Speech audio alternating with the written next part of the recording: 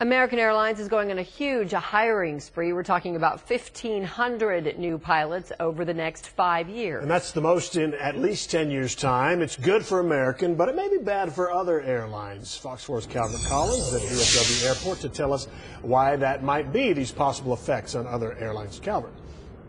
Well, Steve, American Airlines is adding more planes, international routes, and training next year. Plus, many of its tenured pilots plan to retire. But this hiring spree has nothing to do with the proposed merger with U.S. Airways. Hundreds of those new spots will go to American Eagle pilots who've been waiting to be called to the cockpit of one of these.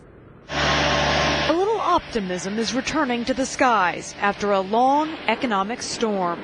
It tells you a couple of things. It tells you that American is planning to grow somewhat next year because they know how many pilots are retiring, and they're not retiring 1,200 pilots, so there's clearly growth there. And furthermore, since Dallas is still the largest and will be the largest hub for American, there's a good chance that a lot of those pilots will be based here. After 9/11, American furloughed 2,900 pilots with the ability to bring them back when jobs became available. But many of those pilots found other work over the past decade or chose not to rejoin American. Of the new hires, nearly half will come from American Eagle because of union contract negotiations. So many pilots who've been waiting for the chance to fly internationally will finally get to. We welcome this announcement very much. We're glad to finally be able to exercise these rights that we negotiated for our pilots to be able to move on, pilots who wish to move on to American. There's a downside, though. American Eagle only has 3,000 pilots, compared to American's 8,600.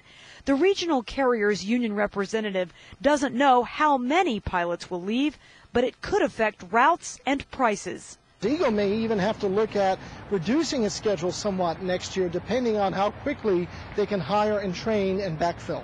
Industry analyst Mark Drush says smaller carriers like Spirit, JetBlue, and Virgin America have been hiring, while the big guys didn't.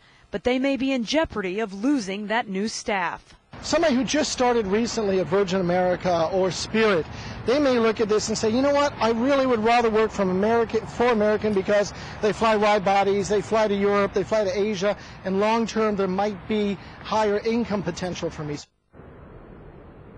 American's hiring push actually started earlier this year when the airline announced it would hire 1,500 new flight attendants.